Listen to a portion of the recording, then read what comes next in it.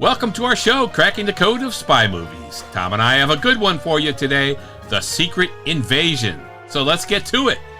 This 1964 World War II movie is also considered a spy movie. You've got to like in 1964 them doing a World War II movie, because by 1964 a lot of the World War II movies were done, other than if you're doing like a Berlin Wall thing, but that's after the war. So we're going to see some, though, that came after this. We'll talk about. We will definitely talk about that. All right, so here's the deal with this one.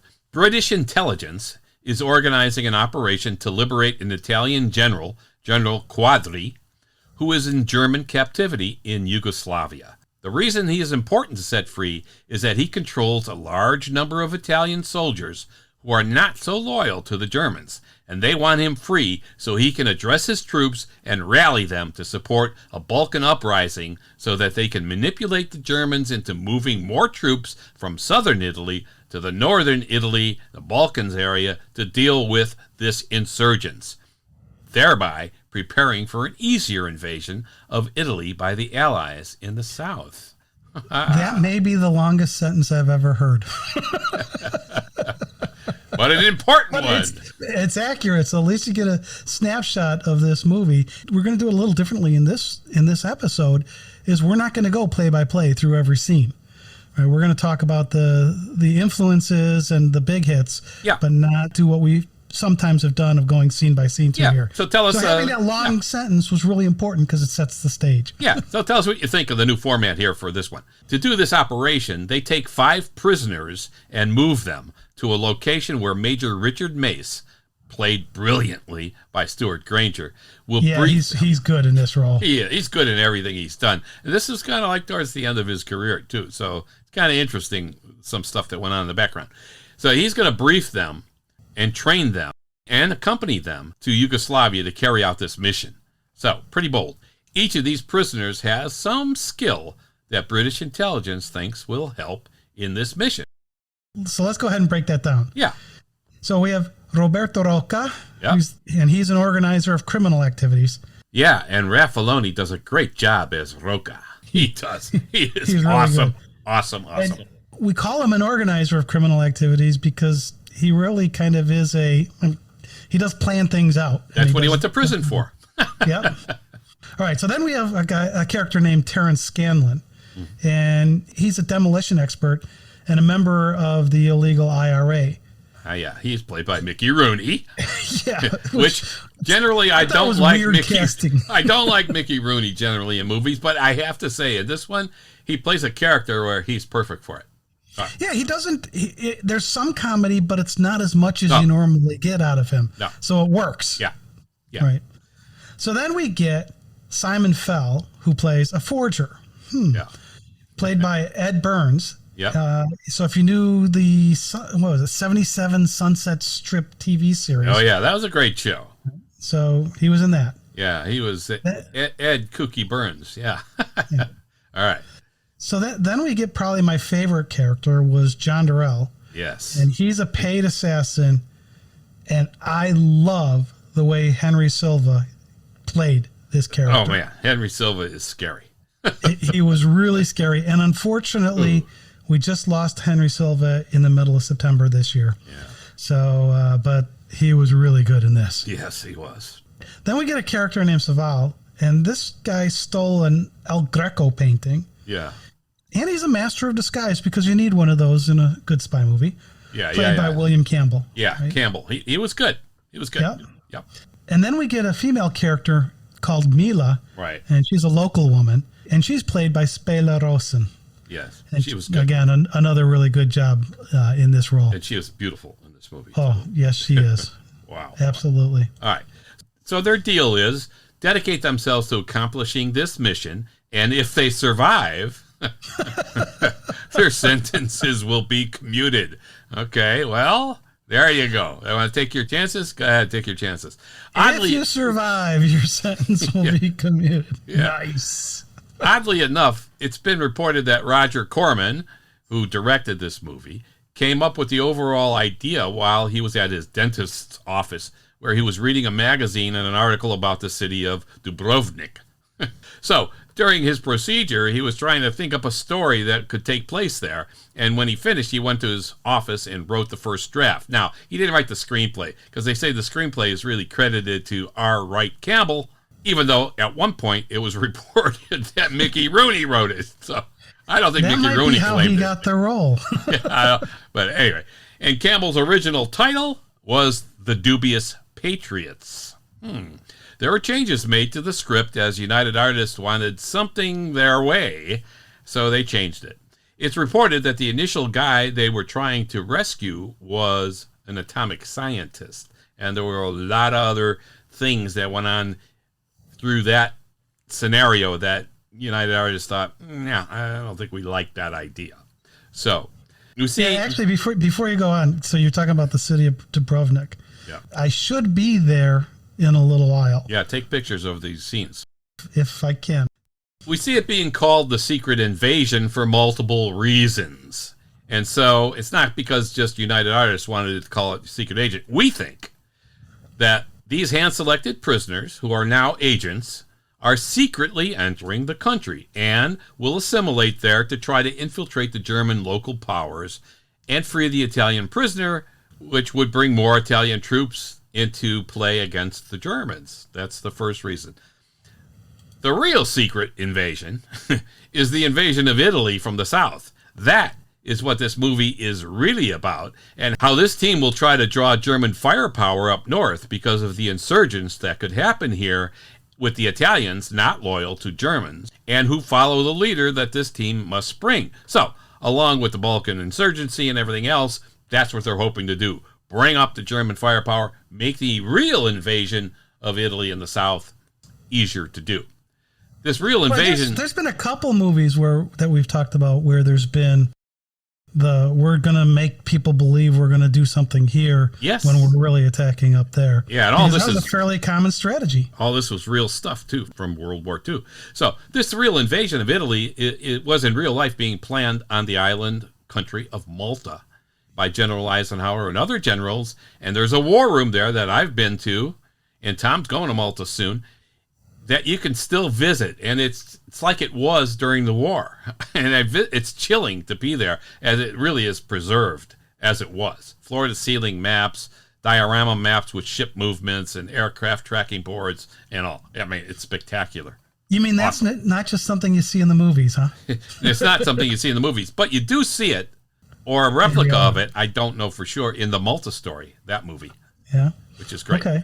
So now I do need to jump in here, though, with one thing, because we've said the title, The Secret Invasion, a couple times, and the word "thaw" is important here, because as we've done in other episodes, we were talking about a movie that there's another movie or TV show with the same name or something similar. Yeah.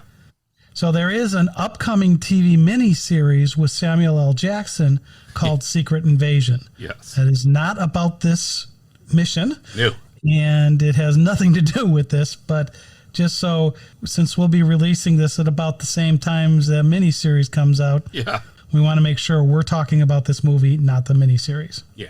All right. So the title sequence here of the movie, The Secret Invasion, has a ton of explosions and shots being fired. Cannons shooting, soldiers running, and it sets you up for the rest of this movie because there has to be a record number of rounds fired in this movie. At least it seems like it is. Holy shit. I mean, when I was watching it, I'm like, God, there's a lot of rounds being fired here. I mean, there's explosions and shots being fired, and it's just constant. And it's like, wow. And I'm like, how many rounds are being fired here? A lot. Some of the explosions in the title sequence look like fireworks to me, though. There are little sparkly things coming out. I wasn't all that impressed with some of that stuff. But still, the overall feeling is established that this movie will have a lot of action and lots of shooting. And it delivers. The timing of some of the explosions here in the title sequence coincide with the name of the major cast member popping up on the screen, and then the movie title and so on. So it's kind of like that. Boom, explosion, here's a name, and so on. Pretty good, but there are a lot.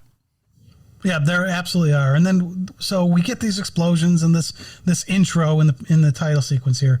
But then we move to Cairo. Where British where British intelligence selects 5 prisoners who will be assembled as a team for this upcoming mission. Yep. Now, we've seen teams. I mean, you think about Mission Impossible, the TV show, they assemble the team as to who's going to be there. Even in the movies, there's a little bit less because it's a lot of the same people. Yeah. But we've seen this in other movies. And so this one starts with that. So we talked about some of the acting in here and how strong that is. And one thing we didn't mention about Mickey Rooney, because we said he was supposed to be Irish, he has an Irish accent, and it doesn't seem like it's over the top to me. So it's so easy for these to be over the top type of. It's definitely not over the top, and I thought he actually lost his Irish accent a couple of times during the movie, but he's definitely not over the top, and I think his character is played well. Overall, this is a decent movie with some very solid acting, particularly Stuart Granger, Ralph Filoni, and Ed Burns, who did a solid job. Who you would think, maybe he's going to be this fluffy kind of character. He really wasn't a fluffy kind of character. He was actually pretty solid. Mickey Rooney, like you said, Irish accent and so on. Believable character, even though, like I said, I think sometimes he lost his accent. He does try to dominate scenes, though, in places. But he does it well, and it's not, like I said, over the top. So, acting-wise, very solid. And Henry Silva, like you said, as the assassin. Wow.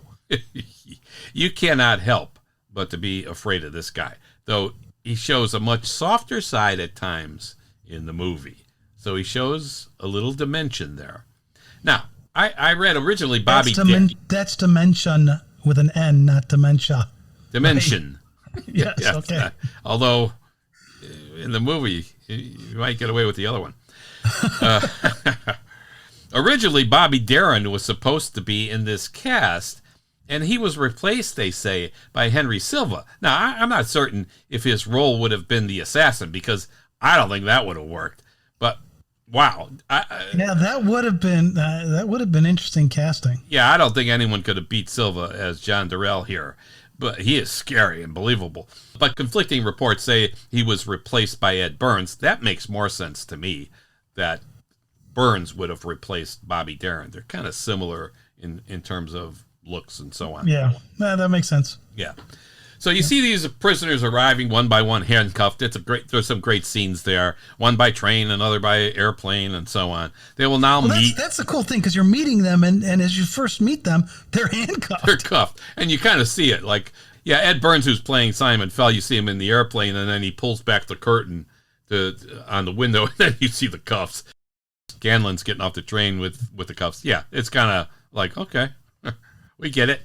So now they'll meet with Major Richard Mace, Stuart Granger, who is now in charge of the operation. The Major tells them straight out that they were not his choice for this mission. There's a confidence boost. Yeah. So, but intelligence thinks that their individual backgrounds and skills might prove valuable to this mission. And he tells them, hey, I'm going to be tougher than anything you've been through so far. So some of them are very dedicated to the task in the beginning, and others not so much, as several try to escape, led by Simon Fell, Burns. But no escape attempt worked. The Major was too good for that. Now... Yeah, you did have to like that. It's like, okay, these guys are like, oh, they put me in here. Yeah. I'm a criminal anyways. I know that I'm going to go back to prison. Yeah. Maybe I'll just leave. Yeah. Oops. The Major's on you. Out for them. Yeah. All right. So now we see about a minute of screen time's worth of training. Well, that's all you need. Yeah. All right. We get the idea. They're being trained for this mission one way or another. Live rounds of ammunition being shot at them and so on. So, all right.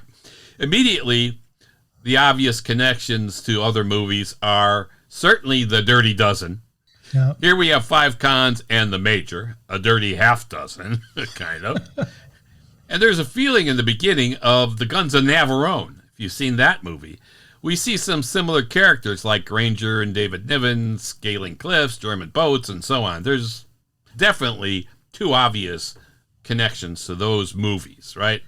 Oh, and for me, the Guns of Navarone reference you're making here is just so right on. Yeah. Now, you're a bigger fan of The Dirty Dozen, so I hadn't seen it in a while. I just rewatched it before we did this. Yeah. So I totally get where you're coming from there. But the whole boat scene at the beginning, it almost was like Guns of Navarone was 3 years earlier, and it's almost like they said, okay, we really like that whole sequence. Let's just steal it. Yeah. Yeah. I'm sorry, we'll borrow it and enhance it. But the concept is there. Yeah. Well, and a lot of the scenes look in the way they do that feels very, very similar. Yeah. So, yeah. But yeah, and after I did rewatch the Dirty Dozen, I think another one that I remember you told me you thought also the Great Escape had an influence in here. And yeah, so, there's tunneling in this movie. Yeah. And because they're trying to get access to this prisoner, the Italian prisoner they're going to try to spring, right? So there's tunneling in this movie. Obviously, you immediately think of The Great Escape, which came out the year before. So it's very close. Hogan's Heroes. Or Hogan's Heroes. That's a doghouse. Yeah, the tunneling. It's a tunnel. All right, it's very close. Though in The Great Escape, they were tunneling out of a German prisoner of war camp. And here they're trying to tunnel into something, into this fortress where the Italian prisoner is kept. But the look is the same. And you cannot help but think of The Great Escape. And of course, if you're tunneling, it's hard to tell if you're going in or out. Yeah. Yeah. But the tunneling part looks exactly the same. And of course, the forger is in The Great Escape. We see Donald Pleasance as the forger as Blythe in The Great Escape, who seems to be a better forger with better methods than our forger here played by Ed Burns, but Burns does a pretty decent job here as well with the tools that he has available to him. You know, I forgot that Blofeld was a forger. Yeah. In The Great Escape. Yeah, well, Donald Pleasance was, yeah. Yeah, that one. And then we see Blofeld again in The Dirty Dozen. Yeah, Telly Savalas is in The Dirty Dozen. All right. There you go. There you go. We got some Bond connections there. I'll stop. All right, but The Dirty Dozen, come on. So we're thinking, okay, this is a knockoff of that very popular movie. Except, no, The Secret Invasion came out 3 years before The Dirty Dozen, which came out in 1967. So, I mean, who is copying who? Well, to me, it was interesting because in The Dirty Dozen, this whole concept of getting these crooks together and the interview process, it's like 20 minutes of the movie is that whole trying to select team. Big part of the movie. Yeah, so here it's a lot quicker. Yeah. Because it's important, but it's not as important as in The Dirty Dozen. Yeah. The Dirty Dozen is a good movie. This movie, though, The Secret Invasion, is really more grounded in the mission than The Dirty Dozen. In that here, things go wrong a lot. And adjustments need to be made on the fly, which is where some of the prisoner's skills come in, as it's more of a believable scenario because of the skills that they were selected for. And this was a low-budget film. This was like $500,000 to $600,000 movie. But it delivered a lot with so little. And remember, 1962, Dr. No was $1 million. This is 1964, and it's less than half that, or about half that. And at the time, this was Roger. Yeah, and Dr. No was the first Bond movie, so they didn't have a huge budget. No. And the budget got a lot bigger as it went along. Oh, a heck of a lot bigger, yeah. Doubled the second movie and so on. But here, this was Roger Corman's largest budget he ever had for a movie. So it's like, okay, wow. Okay, so let's, instead of the actors here, let's move into the filming locations and the sets that they use. Yeah. So they filmed a lot of this in Dubrovnik, which is now a southern Croatian city. Right, which was then in Yugoslavia, right? Yeah, and across the Adriatic Sea from the mainland of Italy. Yeah. And then other parts of Yugoslavia at the time were also used. Yeah. And they filmed it in about 36 days in the summer of 1963. That's a pretty short shoot. Yeah, that's pretty amazing, actually. Yeah. Because it's a pretty damn good movie. Yeah. And for you Game of Thrones fans, many scenes in that series were also filmed in Dubrovnik. Wow. And it's really interesting to watch this movie, especially if you know Game of Thrones, because this was shot a lot earlier, but there's a lot that looks the same. Yeah. There's even a plot point in this movie about a river running under the town. Yes. Well, that actually is a very big point in one of the episodes of Game of Thrones. Huh? So some of the parallels here with where they're filming this, the shots they take when they're filming this, and even plot points like the river are kind of nice. Wow. And, talking about shots, there are some just absolutely beautiful shots of the old fortress. Yeah. You've got these weather-worn buildings with clay tile roofs. I love that. Yep. Those picturesque streets with the cobblestones. Yep. And all put to use in shootouts and chases and war. They used it well. Yeah, and I love when you're being chased and you're on cobblestone. Yeah. These guys run on it, no problem. Yeah. I mean, there's a lot of shooting, like we said, and so on. There are some panoramic shots and pleasant moments, but not many of the pleasant moments. It's really... Yeah, that's true. This is not exactly your uplifting movie. No. There's one shot of a boat scene, and it's a dark, foggy boat scene where Simon Fell tries to escape again from their boat into a rowboat, but there's a German patrol boat in the area. Some fast fighting and shooting happens, but a setting looked pretty good. And we see... Now, wait a second. I want to stop you there. Because you say that he's trying to escape again. I actually felt like he was doing that to get caught on purpose as a diversion. Wow. That would have shown some dedication, it. which I don't think we've seen from him yet. Since he led the first escape attempt. But okay. For me, that was, I kind of thought he was kind of trying to draw the Germans out or something. Yeah, I'm going to say no. But so there's some shooting and fighting going on here, but it's a setting that looks pretty good. And we see Scanlon, the explosives expert, right? We said he was, Mickey Rooney. He blows up the German boat near shore, and they escape and swim. So that's pretty cool. Now, they did shoot this on a patrol boat. So this could have been the real deal. It looked to me like a set sometimes where they were certainly bringing in the fog and the smoke and so on artificially, but they actually were on a patrol boat. And it was like 5 o'clock in the morning when they were shooting this. And there's a whole story behind that, too, where Stuart Granger was thinking that Ed Burns had too many lines and he wanted more lines, and they had to rewrite stuff on the spot. It was like Roger Corman was going crazy. But it all worked out eventually. And then I think they said they wrote more lines for him, but then they cut him or something later in the movie. I don't know. Easy to cut things as you're editing. Yeah.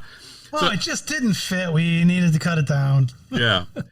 So as they're getting ashore, we see, of course, the meme of some animals surprising our heroes. Owls this time screech and scare the hell out of them, and us too when you first hear it. Ah! And like we see in many movies, right? The bird in For Your Eyes Only, while Bond's climbing Meteora, the monkeys on Gibraltar, in the pre-title The Living Daylights. And this is a common trope, but animals make it hard to keep quiet. I mean, we even see this way back in the 30s in The Spy in Black. Oh, yeah? When he's getting off of the boat and to get on the island. Yeah.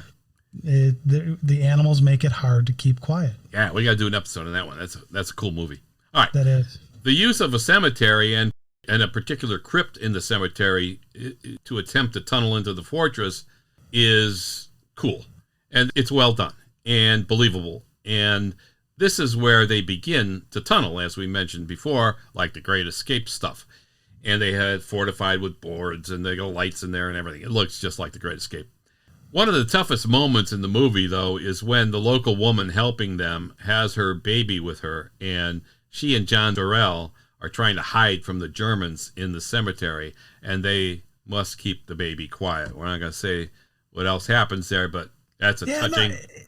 Without giving it away, I mean, this is something we don't see in very many movies where a baby is used. I mean, the baby actually has a couple poignant parts to it, to its role, if you will. Yeah. And it does allow us to see a more human side of Durrell. So you'll watch the movie and see. He shows a bit of emotion here from Mila, and in a couple of other scenes too. So you do see a little bit of a softer side of Durrell. But don't blink. But yeah, he's normally doesn't show a soft side. He doesn't talk a lot, and his facial expressions are like, oh my God! All right, he plays a very hardened criminal. Yeah. The rooftop chases, of course, there are some, and shootouts are well done and beautifully shot with the Adriatic Sea as the backdrop, The clay tile roofs add a dimension to these scenes that add to the feeling of what is happening, and the sound effects are really good. We see a lot more of this kind of thing in future James Bond movies, Quantum of Solace in Siena, Italy, Craig's Bond in Istanbul, The Grand Bazaar, Chase in Skyfall, and more, right? Yeah, and I think the Foley artists with the sound on these things, they did a really good job. Yes. And I bet they had fun with it because there's so many different types of surfaces they were walking on to try to get that sound right. It was pretty cool. Yeah, the stone tunnels they're walking through, the lighting and so on, just all first rate. And again, like I said, low budget movie. Outdoor shots like the brook with the water wheels are beautiful. You get these brief moments where there's a little bit of peace. And the camera angles, the point of view from eye level, from above, from below, all done exceptionally well while enhancing the scene. The photography is very solid, very solid. Yeah, I think you really need to pay attention and enjoy the art that went into this lighting. Yeah. Because it really is flawless. Whether it is dappled sunlight, reflections on the water, lights in the stone tunnels, faces partially lit because of the location. Yeah. All really, really wonderfully done. Yeah. Arthur E. Arling is the guy, the cinematographer here. He did a great job. And he's been the cinematographer in about 53 movies and TV series. There's a name of a pretty well-known cinematographer there behind this one. Including The Yearling in 1946, for which he was the Oscar winner for Best Cinematography for Color. I'll Cry Tomorrow in 1955 and Pillow Talk in 1959. Those are some of his biggies. As we said, things go wrong on this mission, and they are caught from digging the tunnel and imprisoned. The prison looks musty, dingy, and real. I thought they did a great job on that. Wait, how do you know it's real? How do you know it looks real? Have you ever been in a wartime prison? I'm not going to admit that, no. All right, I haven't. But it does. I mean, to me, it looks like, that could be a great scenario. It's believable. We don't know if it's real. Yeah, we don't know. Yeah, well, okay. Right. I haven't been in prison, and I don't think you have either. I haven't either. We're going to try to keep that going. That's a good streak to keep going, yes. Yeah. So the German headquarters sets here are believable too, where they interrogate each of these prisoners separately, and it looks well appointed, comfortable, and real, just like that. It's probably the only part of the movie where things slow down with this interrogation process, where they're taking each of them individually to talk to them. And I think maybe that part of the movie maybe is a little too long. It's maybe like 15 minutes of the movie that maybe could have been 7. I don't know. I just thought it was a little. Yeah, we're definitely on the same wavelength on this part, because this movie is only an hour and 35 minutes long. Yeah. And I've watched it multiple times, and every time I've watched it, I've stopped it here to go get a drink of water, or snack, something, right? It's like, for some reason, it's with the length of this segment. If there's a weak spot in the movie, it's here. But if you cut it, then you've got a movie that's going to be or cut it even in half. You got a movie that's under 90 minutes. Yeah. So maybe if, I don't know what you would beef up. Yeah. So, I mean, the interrogation was interesting, and you listen to it, and each one of them is interesting, but all of them together takes a lot of time, and I think that's it. But it's still acceptable, and I'm fine with it. But it could have been a little shorter, I think. But despite the fact that they're captured now and imprisoned, there's always a plan, and the organizer, Roberto Roca, is always on the job. He's always leading. In fact, he's leading more than the major. He's all in. It's like he's the boss. Yeah, he is all in. Yeah, I love it. So now the other thing I love about this character is he highlights the psychological tactics that the Nazis are using. Yeah. So we find out at the beginning of the movie that Roca has a degree in psychology. Yeah. And as you're watching this, he uses that degree. They don't dwell on it. It's just when you watch it, it's the way it comes out. Yeah. That's a good point. Yeah. And so, I had to look at who this character was, because when I first saw him, I thought it was Burt Lancaster. Yeah, he does look a little bit like him. And from what I've read about it that's not uncommon that he's been mistaken to Lancaster. So yeah, he doesn't look exactly like him, but you look in the beginning, you think, oh, wow. Yeah, when I first saw him, I'm going like, wait, is that Burt Lancaster? Pretty strong. No, it's not that. Strong resemblance, yeah. All right. Yeah. So they figure some things out, and they make a plan for escaping. And the organizer, really takes the lead in this entire process. The snapping of the fingers to keep time, since their watches were all taken, is key to their success. Yeah, but they blow it here for me. Why? Because when Roka's telling them they need to keep time to the second, and he starts snapping his fingers. Yeah. Count how long it is between finger snaps. He's saying once a second. Yeah. It never was a second. Well, the concept there was, hey, we don't have watches. We got to time our activities that we're planning here so that we're doing things in sync or at the right time and so on. So it's the concept here for me. But it's a good concept, but you would think that would be a fairly easy thing to catch when you're doing it. I'm wondering, are they counting each click? Because if you don't count the clicks, what's the point? If I don't count 60 clicks and I know that's a minute, then what am I doing? But because really, without counting, what do you have? So counting while everything is going on, though, I mean, when they're being interrogated by the Germans. Hey, you've got card counters who are counting while there's a lot of stuff going on as well. Yeah, you do. But maybe these guys are trained at that kind of thing. I don't know. But there's talking, all this action going on. They're being interrogated. They're talking, and they're counting. Yeah, okay. But anyway, there's the concept. I like it that it's there, and that's pretty good. Romantic stuff. Spy movies always have romantic stuff. There's very little romantic stuff in this movie. Only briefly between the mother of the child that we mentioned, Mila, and the assassin, John Durrell. I mean, so we see some genuine emotions here from Durrell in these scenes. But again, not a lot of romantic stuff in this movie. You're not going to get that. That's true. We also see the individual sacrifices that each of these criminals, who are now spies and undercover agents, that they make for the greater good. The thing is that their individual characters are not very deep, though. And so you don't feel, I didn't anyway, watching it several times, you don't feel like you got to know them all that well in the movie. So if something were to happen to one of them, you would not have that same angst or heartfelt emotion you would normally feel. And I think this is maybe the biggest criticism of the movie. But again, it's only an hour and a half, hour and 35 minutes. So maybe couldn't. How much can you develop all these characters? Yeah. But the thing to me about it is you talked about the fact that they, do things for the greater good. Yeah. That all seems out of character with these hardened criminals. Yeah, but again, they got to succeed so they can be free. So they have a motive, right? No, that's true. They're reluctant. I mean, we're going to commute your sentences if you live. Okay. Oh, yeah. So bring on the reluctant spy. Yeah. All right. There's great outdoor fighting scenes, a lot, as the Germans pursue our special band of brothers, and tons of rounds of ammunition are being fired. I mean, you got to wonder, really, like we said at the beginning, for our 6 guys, where the hell are they getting all that ammo? Because they're constantly firing machine guns and never run out of bullets. You never see them reloading. I mean, just like... Well, that's pretty much what 80% of the movies that we talk about. There seems to be unlimited round of forget swapping out the magazines. Just keep pulling the trigger. It'll fire something. Yeah, who wants to see that? Swapping out magazines. Assume they do that. There you go.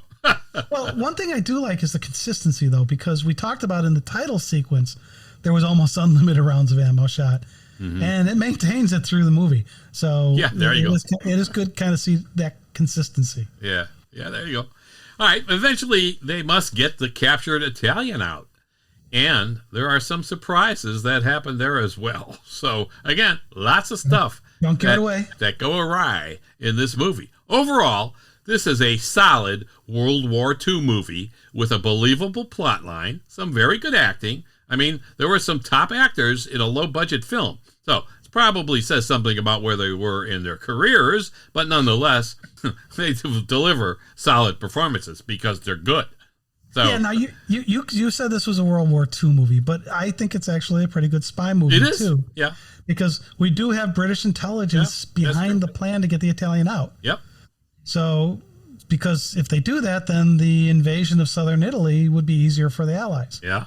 So these guys are just acting as agents. Yeah. Maybe even double agents because they haven't been trained spies. Yeah, and they have Yeah, they had to assimilate and win the Germans over locally, which they ended up in prison. But exactly, they had to make people believe they were locals.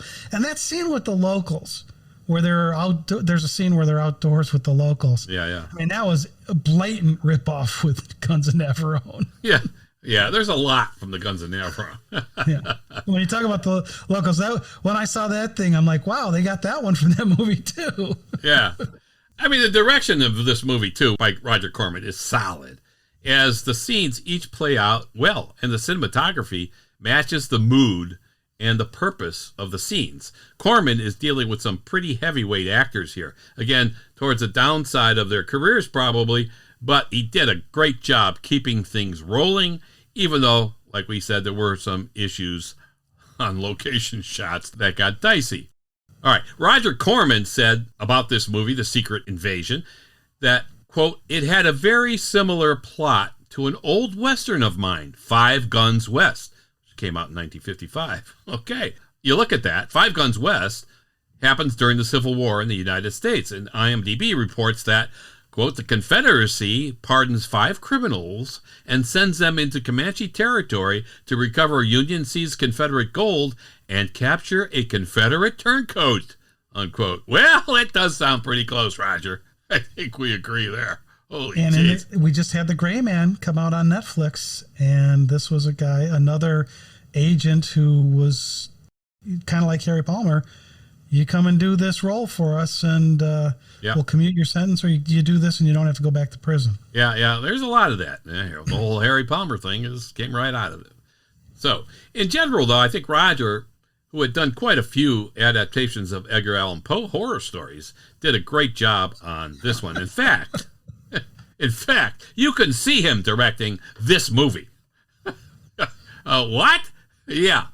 There's one scene at about an hour, 18 minutes, and 29 seconds, roughly, where you can see a bare-chested man with a paper in his hand, waving his arms in the upper left-hand part of the screen. Say this is actually Roger Corman directing the scene. It's easy to miss, as your eyes really are on the center of the screen where all the action is going on. And I did miss it, but I'm watching it the second time, and I thought, what the heck is that? Dan, when you said we were going to do this movie, you asked me if I caught where Roger Corman's on screen, and I missed it. And so it's when easy you to told miss. me where it was, I had to jump to that. I mean, that is pretty funny. Yeah. It's the kind of things I love seeing in the movies because it's a quick blooper. It hurts no one. Yeah. You probably missed it. Yeah. But there would have been an editing challenge if they had cut it out. So you leave it in. Yeah. It would have been a big deal to redo it, I'm sure. Yeah. But it is funny. Take a look at that. All right. Is this a must-see movie? No, not really. But it is an enjoyable movie that for the most part is well done, and we would recommend watching it. It's only about an hour and 35 minutes, as we said, and you will see the connections to many other movies in The Secret Invasion, with many movies that came after it. You will enjoy this one very much. It's a different kind of spy movie. All right. So this is yet another episode that we've talked about a spy movie where we've made claim that it's not the best spy movie in the world, but it's entertaining. It's entertaining. And for definitely an hour worth and 38 minutes, if you want an interesting World War II espionage thing, it definitely fits the bill. Yeah, well done. All right, that's a wrap. Tom and I ask you to follow us on Facebook, Twitter, Instagram, and YouTube. And please subscribe to this show, Cracking the Code of Spy Movies, through your favorite podcast app. Thanks for listening. We appreciate it.